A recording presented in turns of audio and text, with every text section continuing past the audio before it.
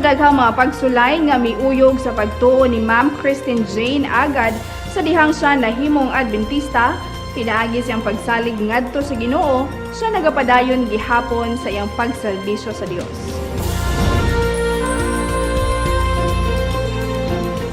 Tungod sa iyang nakita sa iyang higala nga mibarog sa iyang pagtuo, isip usa ka Adventista sa pampublikong tulunghaan o sa iyang mga kaubanan sa trabaho, siya nakakaplag sa bag-o nga pagtulunan.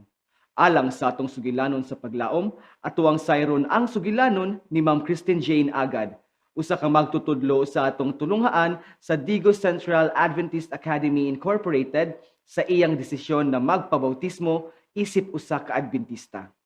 I'm Christine Jane Agad, 26 years old. I've been working here in Digos Central Adventist Academy Incorporated since May 31, 2016. Ako mama is Roman Catholic and my father is also a Roman Catholic. Nagdako ko dating Roman Catholic jud. When I was in college, nakoy classmate nga ano pod siya, Seventh-day Adventist. So every Saturday we had NSTP subject kay kada Sabado ra man jud na siya i-offer sa school. Unya matingala mi kay dili siya mo participate naman may religious subject. Unya kung naay pangutana sa Bible makatubag dayon siya. So kung kami pod nga as her classmate pod tingala mi, how daw ninyo oy asa pangitaon sa Bible. So kami pod maka-learn pod mi sa iyaha. And then when I started working here in Digos Central Adventist, kung dili jud ka nagdako sa Adventist, maka-learn jud ka sa ilaha about sa Bible. Tudloan ka unsaon ni, unsaon pagsabot ani, ka-decide jud ko nga magpa-Bible study kay last year. Then si Pastor Ranel Fortich ang nag-Bible study sa kuha. Bisan pa sa pagbag-o sa iyang pagtuo, dako ang pasalamat ni Ma'am Christine tungod sa suporta nga iyang nadawat sa iyang mga ginikanan.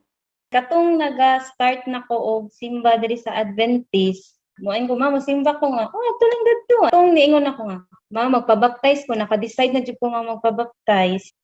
Anak, dili na ko mukaon og pork. Kasi nga, dugay naman ka wala gakaon og pork, maingon ni mama. Di na ko gakaon og shrimp og crabs. Anak pud si mama nga. Dili mo jud ka nagakaon anak kay allergy man ko og shrimps and crabs. So, moto, okay ra man na ilang mama nga nagpabaptize ko as Seventh-day Adventist. Daghan nga mga pagsulay ang miuyog sa iyang pagtuo sa dihang siya nahimong Adventista. Apan tungod sa iyang lig-on nga pagsalig ngadto sa Ginoo, siya nagapadayon sa iyang pagserbisyo sa Dios. Ako ang adjustment lang is anang sa tao. So kung bisan naging ani tano, tawhano na to ba nga. Ana dili jud malikayan ba nga makabantay kay ka sa mga tao.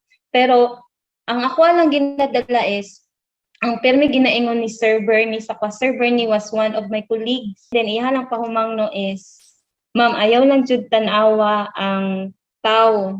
Ato lang i-focus ang ato ang pagpangalagad dito sa Ginoo. Kanang mga problema nga naabot, naadyoy mga dagko nga problema, ang ako lang jud permi nga ginahuptan nga verse pod kay ang Matthew 10 verse 38, and he who does not take his cross and follow after me is not worthy of me. So kanang mga cross sa akong kinabuhi, kanang mga problema akong ginadala, mao jud na akong paghuptan. Ako lang message is dili ta maluya sa pagpangalagad. Labi na tuol na lang ang hinapos nga panahon. So imbis nga dili ta magsalig nga Adventist na ta nga kuan maluwas na ko kay Adventist food, no, dili jud na siya maayo. Magkuan ta bisan nag-Adventista, dapat mo doble pa ang ato ang pagpaningkamot nga mo share sa uban, dili kay ato lang. Kinahanglan ang pagdinasigay sa matag usa. Atong ipadayon ang pagbuhat sa maayo nga binuhatan ug pagtuman sa balaod sa Dios.